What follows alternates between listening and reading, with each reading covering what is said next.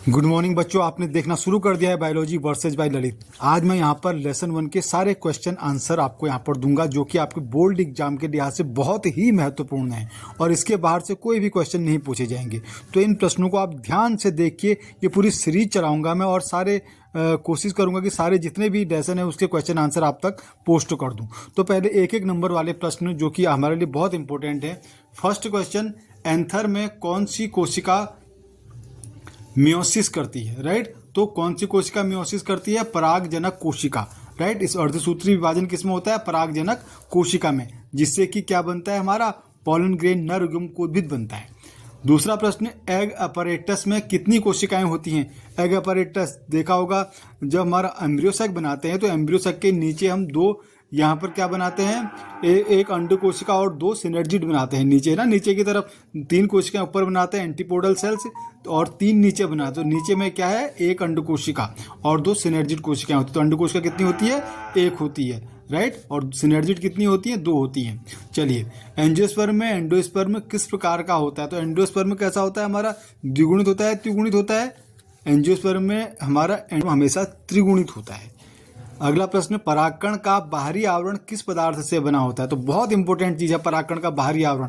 ये स्पोरोपोलिन का बना होता है और स्पोरोपोलिन को कोई भी एंजाइम डिग्रेड नहीं कर सकता। बहुत ही महत्वपूर्ण है स्पोरोपोलिन की लेयर। राइट, जिससे परागकण अंदर सुरक्षित रहता है, क्योंकि एडवर्स कंडीशन भी होती हैं और एडवर्स कंडीशन में परागकण को जीवित रखना है, उसके अंदर की कोशिका को जीवित रखना है, तो उसके लिए बाहर से एक केमिकल की कवरिंग चाहिए। राइट, चलिए, डबल फर्टिलाइजेशन शब्द किसने दिया था? तो नवासिन ने डबल फर्टिलाइजेशन शब्द दिया था। ठीक है, तो एक नंबर के क्वेश्चन है, ये आपको अच्छी तरह से बाय हार्ट लर्न कर लेने। अगले आते हैं 2 और 3 मार्क वाले प्रश्न कौन कौन से पूछे जा सकते हैं वो भी देख लेते हैं। ठीक है, चलिए, परागण के 2 प्रकार लिखिए। तो परागण के 2 प्रकार कौन कौन से हमारे? स्वपरागण और परपरागण।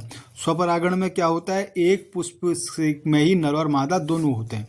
ठीक है, और परपरागण में अलग अलग पुष्पों में होते हैं या अलग अलग पेड़ों में भी हो सकते हैं। एक पेड़ पूरा नर का हो सकता है, एक पेड़ पूरा मादा का हो सकता है, या एक पुष्प में पूरा नर ही नर होंगे, एक पुष्प में पूरे मादा ही मादा होंगे। तो परागण भी उसी के अनुसार हमारा स्वपरागण और परागण परपरागण 2 प्रकार का होता है। तो ये सिंपल सा प्रश्न है। एम्ब्रियो सैक की संरचना का वर्णन कीजिए। तो एम्ब्रियो सैक में कितनी कोशिकाएं होती हैं? हमारी 3 नीचे होती हैं, 3 ऊपर होती हैं, 3 3 6, और बीच में क्या होती हैं? 2 ध्रुवीय नाभिक मौजूद होते हैं, लेकिन 2 ध्रुवीय नाभिकों से एक कोशिका बनती है, उसे बोलते हैं ध्रुवीय कोशिका। तो इस तरह से एम्ब्रियो सैक में कितनी कोशिका होती हैं? 7 कोशिका और 8 नाभिक होते हैं। क्रॉस परागण के 2 अनुकूलन लिखिए। तो क्रॉस परागण हेतु पौधे में क्या सुविधा होती है कि जिससे सकते हैं? ठीक है, तो क्या क्या अनुकूलन है क्रॉस परागण के लिए? 2 अनुकूलन। पहला है द्विलिंगी फूल, जैसे पपीता। ठीक है, दूसरा, परागण हेतु विशेष संरचनाएं, रंग, खुशबू, मधु, चिपचिपे परागकण आदि। अब इसको थोड़ा समझ लेते हैं। तो क्रॉस परागण के लिए जैसे पपीता है, पपीता में मेल अलग पुष्प में होगा, फीमेल अलग पुष्प में होगा। ठीक है, तो इससे क्रॉस परागण के लिए क्या है? अनुकूलन है। अलग अलग फूल हैं तो उससे क्या होगा? क्रॉस परागण में मदद मिलेगी। नहीं तो स्वपरागण कर देगा। अगर एक ही फूल में दोनों होंगे नर और मादा तो स्वपरागण हो जाएगा। ठीक है, तो स्वपरागण नहीं होके अगर क्रॉस परागण करना है तो क्या चाहिए हमें? अलग अलग फूल में हो। तो ये उसके लिए क्या है? अनुकूलन है। दूसरा, परागण हेतु विशेष संरचनाएं, जैसे रंग, खुशबू। ठीक है, उस पुष्प का रंग काफ़ी चटकीला होगा, उसकी खुशबू भी काफ़ी चटकीली होगी, क्योंकि आसपास से कीटों को आकर्षित करना है। जब कीट आकर्षित होंगे तभी परागण होगा। ठीक है, और अब ये भी ध्यान रखना कि कौन सा भाग होता है? बाह्य दल होता है, दल होता है। ठीक है, पुमंग, जायांग, पुष्प के 4 भाग। ठीक, तो दल वाला भाग जो होता है, बाह्य दल के बाद जो दूसरा भाग दलपुंज होता है, ये क्या होता है? काफ़ी रंगीन होता है। ये इंसेक्ट को अट्रैक्ट करता है, ताकि इंसेक्ट अट्रैक्ट होकर के परागण करें। चलिए, पराग नलिका कैसे बनती है? ठीक है, तो पराग नलिका के बनने का पूरा क्रम लिखना है। ठीक है, तो कैसे बनती है पराग नलिका? जैसे परागण, जब परागण का समय आता है ना पुष्प में, तो मेल से जो इसका पॉलन ग्रेन है, मेल का पॉलन ग्रेन फीमेल के स्टिग्मा तक जाता है, वर्तिकाग्र तक, क्योंकि 3 भाग होते हैं। अंडाशय हो गया, वर्तिका हो गई, आगे से वर्तिकाग्र हो गया, तो वर्तिकाग्र तक जाता है। अब वर्तिकाग्र में जाकर के उससे नीचे को एक पॉलन ट्यूब बननी शुरू होती है, उसमें जर्मिनेशन होता है उसका। ठीक है, उसमें मॉइस्चर मिलता है, उससे भोजन मिलता है, तो वह जर्मिनेट करना शुरू कर देता है। नीचे को एक लंबी सी एक पॉलन ट्यूब बनती है। राइट, तो हम क्या लिखेंगे? परागकण पर बैठने के बाद जल ग्रहण करता है अंकुरित होकर एक नलिका बनाता है, यही पराग नलिका कहलाती है। यह स्टाइल से होती हुई ओव्यूल में पहुंचती है, क्योंकि ये उसके अंदर घुसती है पूरे स्टाइल के, ठीक है। फिर कहाँ पहुंचती है, नीचे जो ओव्यूल होता है ओव्यूल तक पहुंच जाती है और 2 नर गैमीट एम्ब्रियो सैक में छोड़ देती है। और एम्ब्रियो सैक में कितने गैमीट छोड़ती है पराग नलिका? 2, ठीक है। 2 गैमीट आते हैं ऊपर से पराग नलिका में, ध्यान रखना। और एक तो आती है तुम्हारी एक केंद्रक तो हमारे अंड कोशिका के साथ संयोजित होता है, और एक केंद्रक बीच में, जो वह बीच की कोशिका होती है, बीच में कौन सी कोशिका होती है? ध्रुवीय कोशिका। तो ध्रुवीय कोशिका में एक नाभिक चले जाता है, तो 2 नाभिक आते हैं नीचे को, ठीक है। चलिए अगला, सेल्फ इनकम्पेटिबिलिटी क्या है? तो सेल्फ इनकम्पेटिबिलिटी क्या है, ये भी एक क्वेश्चन बन सकता है इस बार। तो सेल्फ इनकम्पेटिबिलिटी मतलब कि यह एक आनुवंशिक प्रक्रिया है जिसमें एक ही पौधे के परागकण उसी पौधे के अंडाशय को निषेचित नहीं कर पाते, ठीक है। यानी कि अब उस पौधे को निषेचित नहीं कर पाएंगे। सेल्फ इनकम्पेटिबिलिटी मतलब नहीं कर पाना है, कुछ कमी है उसके अंदर, ठीक है। इनकम्पेटिबिलिटी, कंपेटिबिलिटी किसे कहते हैं? जो कर लेंगे आसानी के साथ, जो कर लेंगे, जो आसानी से कर लेते हैं उसे कंपेटेबल बोलते हैं, ठीक है। दोनों स्पीसीज अगर आसानी के साथ कोई भी काम कर ले रहे हैं, रिप्रोडक्शन कर रहे हैं, ठीक है, तो वो क्या है? कंपेटेबल है। अगर वो रिप्रोडक्शन नहीं कर पा रहे तो इनकम्पेटेबल है, इससे पर परागण बढ़ता है, ठीक है। तो अगर सेल्फ इनकम्पेटिबिलिटी होगी तो क्या होगा? पर परागण बढ़ेगा, क्योंकि स्वनिषेचन नहीं हो पा रहा है तो क्या होगा? पर परागण होगा, ठीक है। पर निषेचन होगा, पुष्प अलग अलग उसमें होंगे, या अलग पेड़ में अलग पुष्प होंगे, या एक पुष्प में एक ही नर या मादा भाग होगा। चलिए तो आगे बढ़ते हैं। 5 मार्क वाले क्वेश्चन जो इस बार 2026 में बनने जा रहे हैं वो मैं आपको यहाँ पर डिटेल कर रहा हूँ, ठीक है। इसके अलावा बाहर क्वेश्चन कोई भी नहीं बनेगा, इस बात की आप गारंटी लो। चलिए, पुष्पीय पौधों में डबल फर्टिलाइजेशन की प्रक्रिया समझाइए। डबल फर्टिलाइजेशन जैसे कि पराग नलिका से 2 केंद्रक आते हैं नीचे को।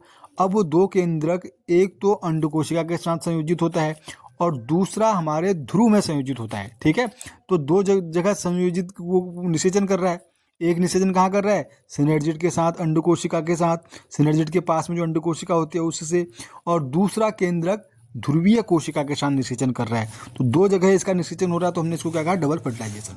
तो अब एग्जाम पॉइंट ऑफ व्यू से क्या लिखोगे? बोर्ड एग्जाम में अगर प्रश्न आएगा कि पुष्पीय पौधों में डबल फर्टिलाइजेशन की प्रक्रिया समझाइए, तो क्या क्या लिखना है? ये पॉइंट को याद कर लो भाई। पहला क्या है? पराग नलिका एम्ब्रियो सैक में पहुंचती है, पहुंच गई पराग नलिका एम्ब्रियो सैक में, ऊपर से होते हुए, कहाँ से? स्टिग्मा से होते हुए नीचे पहुंच गई। इसमें 2 नर गैमीट होते हैं। इसमें कितने नर गैमीट होते हैं? 2 नर गैमीट होते हैं। पहला नर गैमीट अंड कोशिका से मिलकर जाइगोट बनाता है। पहला अंड कोशिका से मिलेगा, नीचे 2 सिनर्जिड हैं, बीच में एक अंड कोशिका है, उससे मिलकर के क्या बनता है? जाइगोट बनता है। दूसरा नर गैमीट जो ध्रुवीय नाभिकों से मिलकर प्राथमिक एंडोस्पर्म नाभिक बनाता है, और दूसरा कहाँ जाता है? ध्रुव में चले जाता है, जो बीच में 2 केंद्रक होते हैं, एक केंद्रक एक और वहाँ पहुँच जाता है, तो इससे क्या बनता है? एंडोस्पर्म नाभिक बनता है। एक ही एम्ब्रियो सैक में 2 निषेचन होने की इस प्रक्रिया को द्विगुणित निषेचन कहते हैं, क्योंकि एक ही एम्ब्रियो सैक है और उसमें 2 जगह निषेचन हो रहा है, तो हमने इसको क्या कहा? द्विगुणित निषेचन। यह केवल एंजियोस्पर्म में ही पाया जाता है। तो डबल फर्टिलाइजेशन किसे पाया जाता है? ये एंजियोस्पर्म का कैरेक्टरिस्टिक गुण है, ठीक है। और उनमें नहीं पाया जाता, जिम्नोस्पर्म, ब्रायोफाइटा, टेरिडोफाइटा, एल्गा, इनमें नहीं पाया जाता। केवल किसमें पाया जाता है? ये एंजियोस्पर्म में पाया जाता है। चलिए, एंथर का सूक्ष्म संरचनात्मक वर्णन कीजिए। अब एंथर का वर्णन करना है, बहुत सिंपल क्वेश्चन हो गया। एंथर का वर्णन करना, भाई कोई बना देगा। नर वाला भाग होता है पुष्प का एंथर। परिपक्व एंथर 2 लोब तथा 4 थैलीनुमा परागकोशों का बना होता है, ठीक है। अब हर एंथर में कितने लोब होते हैं? 2 लोब होते हैं हर एंथर में, याद रखना। और हर लोब के अंदर 2-2 परागकोश होते हैं, ठीक है। अब कोई भी पुष्प आप देखना, पुष्प का एकदम से तो आप उसका नहीं देख पाओगे, उसके नर और मादा भाग को, लेकिन अगर सूक्ष्मदर्शी के अंदर उसको देखोगे तो लैब में अगर देखोगे सूक्ष्मदर्शी में क्या दिखेगा? हर परागकोश हमारा 2 लोब से बना होता है, और एक लोब में 2-2 सैक होते हैं, 2-2 कोश होते हैं उसके, तो इस तरह 4 कोश हो गए, ठीक है। तो हमने क्या लिखा? परिपक्व एंथर 2 लोब तथा 4 थैलीनुमा परागकोशों का बना होता है। एंथर की दीवार 4 स्तर वाली होती है। कौन कौन से स्तर होते हैं इसमें? एपिडर्मिस, एंडोथीशियम, मिडिल लेयर और टेपिटम, 4 स्तर होते हैं इसके, ठीक है। सबसे बाहर क्या है? एपिडर्मिस, फिर उसके बाद एंडोथीशियम, फिर मिडिल लेयर और फिर टेपिटम। और टेपिटम वाला भाग इसका पोषण में मदद करता है। बाकी जो 3 भाग हैं बाहर के, ये इसको सुरक्षा प्रदान करते हैं और जब ये फटता है, जब बाहर निकलता है इसके अंदर से, जब लघु बीजाणु बाहर निकलता है उसमें मदद करते हैं। ठीक है, तो पराग जनक कोशिकाएं म्योसिस द्वारा पराग बीजाणु बनाती हैं जो परागकण में विकसित होता है। ये हमें पूरा लिखना है। ठीक है, म्योसिस होती है इसमें। अगर पूरे गुणसूत्रों की संख्या होगी तो माइटोसिस होगा, और आधे गुणसूत्रों की संख्या होगी तो म्योसिस होगा। जब तक म्योसिस नहीं होगा तब तक कोई भी निषेचन नहीं हो सकता है, तब तक कोई भी नई जाति उत्पन्न नहीं हो सकती है। चलिए, भ्रूण कोश द्वारा अंकित आरेख सहित वर्णन कीजिए। भ्रूण कोश का अंकित आरेख सहित वर्णन कीजिए। राइट, अगला प्रश्न क्या है हमारा, भ्रूणकोश का अंकित आरेख सहित वर्णन कीजिए। तो भ्रूणकोश किससे मिलकर बना होता है, ध्यान दीजिएगा अच्छी तरह से। ठीक है, ओव्यूले से घिरा होता है, जिसके भीतर भ्रूणकोश के सबसे बाहर का भाग क्या कहलाता है, इंटीगमेंट कहलाता है, और उसके भीतर न्यूक्लियस, माइक्रोपाइल ऊपर वाला भाग हो गया, चलेजा नीचे वाला भाग हो गया, किसी एग में ये नीचे ऊपर उल्टे सीधे बनाए होंगे, लेकिन इससे कोई फर्क नहीं पड़ता है। ठीक है, एक तरफ लेकिन एंड दो ही होंगे, एक माइक्रोपाइल और चलाजाल एंड। और उसके बाद मेगास्पोर, मात्र कोशिका और एम्ब्रियो सैक, ये सारे हमारे किसके भाग हैं, भ्रूणकोश के भाग हैं। ठीक है, चलिए, बीज व फल बनने की प्रक्रिया समझाइए। अब बड़ा अच्छा प्रश्न है, बीज और फल बनने की प्रक्रिया समझाइए। अब इसके जो डायग्राम है ना, उन डायग्राम को आप अच्छी तरह से प्रैक्टिस कर लेना। जैसे डायग्राम किस किस के आने हैं इसमें, एक तो लघु बीजाणुधानी का डायग्राम आना है, एक गुरु बीजाणुधानी का डायग्राम, दो डायग्राम अच्छी तरह से प्रैक्टिस करके रख लेना। परागकण का एक्जाइन और इंटाइन दोनों लेयर उसमें दिखानी होती हैं। ठीक है, आपने कर लिया होगा क्योंकि अब रिवीजन का समय है, दिसंबर का समय है, तो शायद कर तो लिया होगा आपने, लेकिन अगर नहीं किया होगा तो वो भी कर लेना। राइट, चलिए, और मैं इस चैनल में भी अपलोड कर दूंगा, लेकिन वो अभी अगर उसमें टाइम लगता है तो आप तब तक प्रैक्टिस कर लो। हालांकि इसमें अपलोड कर दूंगा, लेकिन प्रैक्टिस आपने करनी है। प्रैक्टिस आप अभी से कर लोगे तो उसका आपको फ़ायदा मिलेगा। चलिए, बीज व फल बनने की प्रक्रिया समझाइए कह रहा है। तो निषेचन हो गया। तो अगर हम पूरे सिलेबस, पूरे ये फर्स्ट लेसन को जब हम पढ़ते हैं तो फर्स्ट लेसन को हम क्या पढ़ते हैं, पहले पूर्व निषेचन क्रियाएं, कुछ क्रियाएं हमारी निषेचन से पहले होती हैं, और फिर पश्च निषेचन क्रियाएं। ठीक है, बीच में निषेचन आ गया, निषेचन से पहले कौन कौन सी क्रियाएं हो रही हैं, जैसे पराग नलिका बनी। ठीक है, क्या कहते हैं, नर युग्म को उद्भिद, मादा युग्म को उद्भिद बने। उसके बाद परागण हुआ, परागण होने के बाद फिर उसके बाद निषेचन होगा। ठीक है, अब निषेचन हो गया, निषेचन के बाद की जो क्रियाएं हैं जिसमें जायगोट बन रहा है या एंडोस्पर्म बन रहा है, वो निषेचन के बाद की क्रियाएं हैं, तो उनको हम क्या बोलते हैं, पश्च निषेचन अभिक्रियाएं। ठीक है, तो अब बीज और फल कब बनेगा हमारा, निषेचन के बाद बनेगा। निषेचन से पहले तो बन नहीं सकता है बीज और फल। बीज और फल कब बनता है, जब निषेचन हो जाता है। ठीक है, निषेचन के बाद ओव्यूल बीज में बदल जाता है। ठीक है, ओव्यूल से क्या बनता है, बीज बनता है। ओवरी फल बनाती है, ओवरी से क्या बनता है, फल बनता है। जायगोट से भ्रूण बनता है, जो जायगोट नीचे बनता है, जायगोट से, जायगोट ही तो होता है मनुष्य क्या, पौधा क्या, कोई भी बीज, कोई भी जीव, हर एक क्या होता है, जायगोट से ही विकसित होता है। तो जायगोट से भ्रूण बन जाएगा। ठीक है, एंडोस्पर्म विकसित भ्रूण को पोषण देता है। ये बहुत इंपॉर्टेंट है, क्योंकि विकसित भ्रूण, जो विकसित हो रहा है भ्रूण हमारा, उसको पोषण भी तो चाहिए। बिना पोषण के कैसे वो जीवित रहेगा। ठीक है, भ्रूण तो कहाँ से बन रहा है हमारा, जायगोट से। जायगोट कैसे बना, जब पराग नलिका से दो केंद्रक आए, एक केंद्रक हमारी दो सिनर्जिड और एक अंड कोशिका, तीन होते हैं ना नीचे, तो अंड कोशिका के साथ एक ने संपर्क कर लिया, दूसरा हमारा केंद्रक में चले गया। ठीक है, ध्रुवीय केंद्रक के साथ मिल गया। तो जो ध्रुवीय केंद्रक के साथ मिला है वो हमारा एंडोस्पर्म बनाता है, और जो हमारा नीचे ये अंड कोशिका के साथ मिला है, ये क्या बना रहा है हमारा, ये क्या बना रहा है, जायगोट। ये क्या बनाएगा, यही भ्रूण बनाएगा। फिर आगे को ये क्या बनाएगा, भ्रूण का, एम्ब्रियो का निर्माण करेगा। चलिए, ठीक है, चलिए, तो ये सारे क्वेश्चन आपको ध्यान रखना है। ठीक है, एम्ब्रियो सैक की संरचना, डबल फर्टिलाइजेशन, ये मैंने समझा दिया है, लेकिन इसका डायग्राम भी याद रख लेना। और ठीक है, ओव्यूल की संरचना, एंथर और पोलन ग्रेन का विकास कैसे होता है, ये ध्यान में रखना है। ठीक है, कैसे होता है, माइक्रोस्पोर मदर सेल से होता है, एक का माइक्रोस्पोर यानी लघु बीजाणु, मात्र कोशिका से हमारा किसका विकास होता है, एंथर का और पोलन ग्रेन का। ठीक है, परागण के प्रकार और अनुकूलन, कितने प्रकार के परागण होते हैं हमारे, दो प्रकार के परागण होते हैं। ठीक है, और इसके अलावा क्लिस्टोथीशियम फ्लावर, किसे कहते हैं, क्लिस्टोथीशियम फ्लावर, जैटोगेमी। ठीक है, इनको भी याद रखना है। सेल्फ इनकम्पेटिबिलिटी, ये मैंने समझा दिया है आपको। बीज फल निर्माण की प्रक्रिया, ये मैंने समझा दिया है आपको। एपोमेक्सिस एवं पॉलीएम्ब्रियोनी, बिना निषेचन के ही बीज बनना, इसे कहते हैं एपोमिक्सिस, यानी निषेचन नहीं हुआ बिना फर्टिलाइजेशन के ही, ठीक है। और इससे मिलता जुलता बहुभ्रूणता है, इन दोनों में कन्फ्यूजन मत करना, क्योंकि बहुभ्रूणता मतलब बहुत से भ्रूण का बनना, बहुत जगह निषेचन हो गया तब बहुत से भ्रूण बन गए, या किसी एक कोशिका के अलावा किसी और कोशिका जैसे न्यूक्लियस से भ्रूण बन गया, ठीक है, और कोशिकाओं से भ्रूण बन जाता है, उसे बोलते हैं बहुभ्रूणता, ठीक है। वो अलग प्रश्न है।